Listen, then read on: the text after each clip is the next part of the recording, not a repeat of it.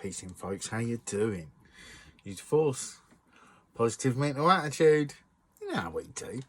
So, how are we all? Very good, I hope. I wanted to talk about immigration today. It's just, I go out for drives in the country, you know, get a bit of good country air and just,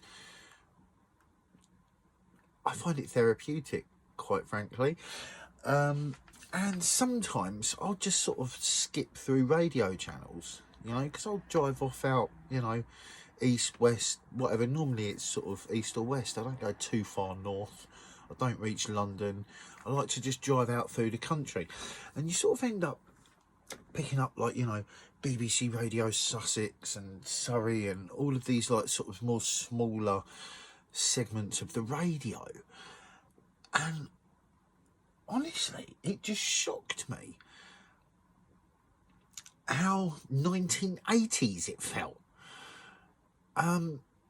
Hearing people talk about immigration and just being sternly against it, and I was just like, it shocks me sometimes that there's still people that are like that, you know. And I guess sort of what I wanted to go into a bit myself was the fact that we're all fucking immigrants in one way or another. Like, this whole perception of nations and the flag and patriarchy, to me, just seems like this negative back end of I don't even know what to call it. I wanted to say, like, some control measure there, and just, you know, I don't get it, quite frankly. It just seems strange to me. There's plenty of land in England, in France, in Spain, in Germany, in Denmark, in Portugal, in Thailand, in Sweden, in Japan, in China, in Africa. There's land, man. You know, there's so much land. There's so much access to resource if we want to do it, you know. And I just think, like, you know, I'm interested in history. I like looking into history when I have some, you know, downtime. You know, before I go to bed, often I'll watch a documentary on history in some type of another, whether it's, you know, the Shaolin monks, or you know, the samurai, or like or even like the Vedas and Indian culture. India's quite an interesting word. Here you go, just a little tidbit. The name India, the word India, actually meant a far off place. So I'd be interested to know what India was called, or is called. You know, that's just that. But and through looking at history, through multiple cultures, right? Because if you just study the history of your culture, there's a lot of how to say, there's a narrative, you know.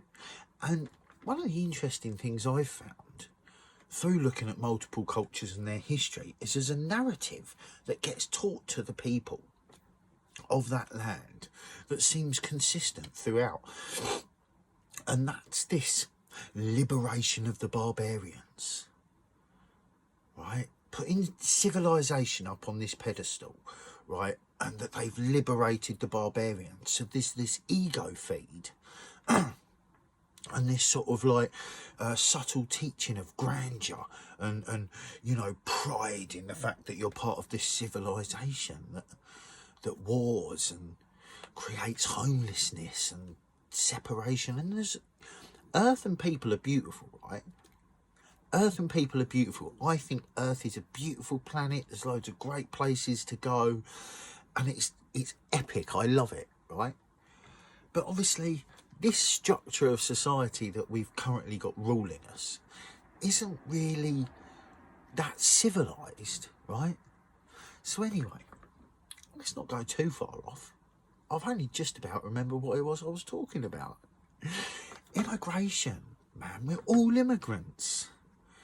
You look at your ancestral lines and, you know, you've got blood in you from mainland Europe, from the Romans, right?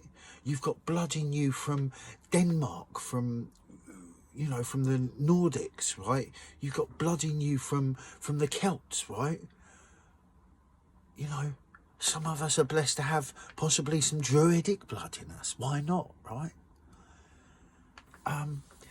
And people have been travelling the world for so fucking long. It seems ridiculous to me, right? But that's because I don't buy into patriotism, hierarchy, the flag. Like, fuck the Union Jack. Right? I'm not being funny, but what does it really fucking mean? How healthy is it that we think that people should suffer, right? Because let's look at a lot of people that are leaving their countries, right, and why they're leaving. Boot on the other foot, right? Our government has had its dirty, dirty hand in bombing, in persecuting and in attacking other countries, often under the guise of some bullshit help and protection, right? And then they end up siphoning the business out, ripping the profits out of it, right? It's these age-old things that have been going on for a long time. I don't think that means we should accept them. I think that means that we should be even more aware of them and stop bloody repeating the mistakes of the past, right? We've got idiots in government that have no place being there. They're like just crooked businessmen, right? We don't need that shit. Right? This whole ideology of nationality, of pride for your country. Like, I've got fucking pride for Earth, right? Like, it just seems so fucking selfish, narrow-minded, inconsiderate, careless, callous, inhumane to have these imaginary borders where certain people can't come just because of XYZ. You know, and I know some people say, oh, the infrastructure can't handle it. We haven't got enough food to go around or whatever. You know, all these old things that get said that don't really have a lot of credibility to them. I will say, obviously, our structure could suffer, right? It could be under strain because it's a shit structure, right? Like when you look into like sustainable living, right? Because in school, I remember being taught we're in an unsustainable society. So surely we should definitely look at that, right? So sustainable living, right? You can build towers, right? And grow fruit and veg in them, right? And have it like a water filtered system. They all grow on walls and it goes down. All you need is pumps to get the water back up to the top and it goes down. It can clean itself out in the bottom in these beds of like shingle and other stuff. I forget, but it's all out there, right? So, yes, you could say this system could struggle, right? But I don't really think so anyway. It's just the whole, like, control measure, keeping, like, pride in country and national state. That just keeps separatism and divide, right? Because you're always thinking them and us, them and us. We all bleed, man. Any of us get cut. Doesn't matter what colour your fucking skin is, underneath you're bleeding red, right? Doesn't matter what bit of land you were born on, you still feel. And if your country's been bombed or it's been economically attacked, and more often than not, the people we pay taxes to have got a fucking hand in it, or their overlords do. Overlords is a bit of a word, isn't it, really? The bosses, right, of the governments, the people that pull the strings, the bankers, the big money families, right? These people are a problem. Not people that just were born on another bit of land that are trying to escape somewhere that's being attacked and it's their home that's being attacked, right? They're in a bad way of life because they were born onto a bit of land that's been fought over for what? Resources or there's certain energy spots there. And I say that in reference to when you look at like ancient history, temples, pyramids, cathedrals are often built on bits of land that have always been built on, and they've always been spoken of having these energetic properties, right? And bits of land like that get fought over. You've got what was it, the Knights Templar, the mound, and they've been fighting over that for fucking hundreds of years. You know, maybe that's more religious, but I know there's an energetic property involved in the situation, right? This is how you know. But so, you know, I just think moving forward, obviously I'm keen for progression, right? I'm keen for us to be aware of what we live in, how we got here, so that we can try and move forward in a healthy manner, right? What happens if, boot on the other foot, China become this world power, right? And they decide they don't like England, right? Which wouldn't be much of a surprise, because a lot of people around the world have a perception of England and the people that live here because of the heinous things that were done in our names. Right, we've got to remember that people have been blown up, murdered, genocide in the name of king and fucking queen, right? So surely it's about time. Now them people are fucking next to irrelevant anyway, right?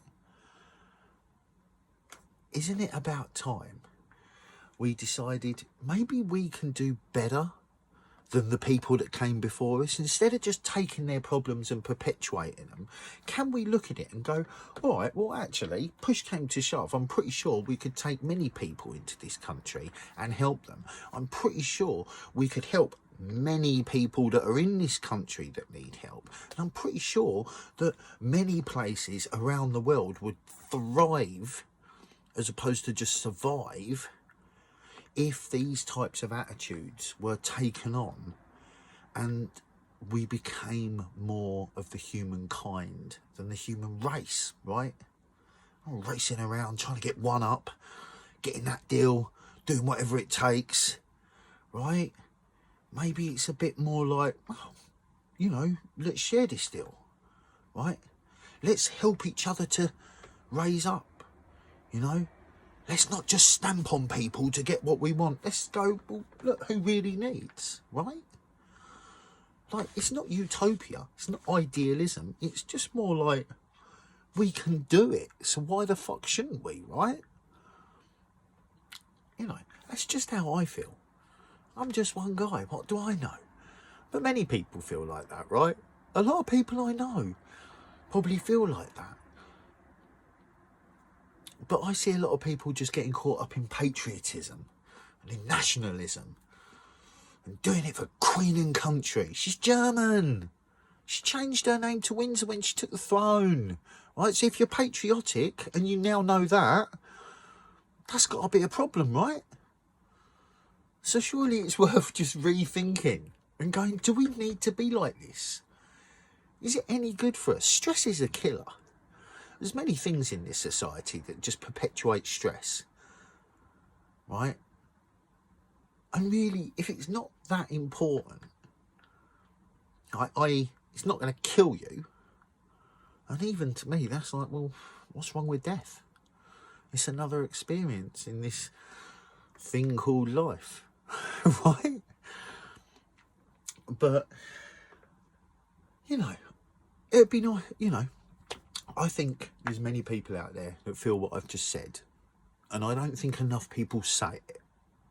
So I speak for all of us that feel that aren't saying it, because times like now are important for us to say these things, so people around the world get it, that we're not all fucking bigot, racist, small-minded, you know, slaves to the fucking royals and the government, right?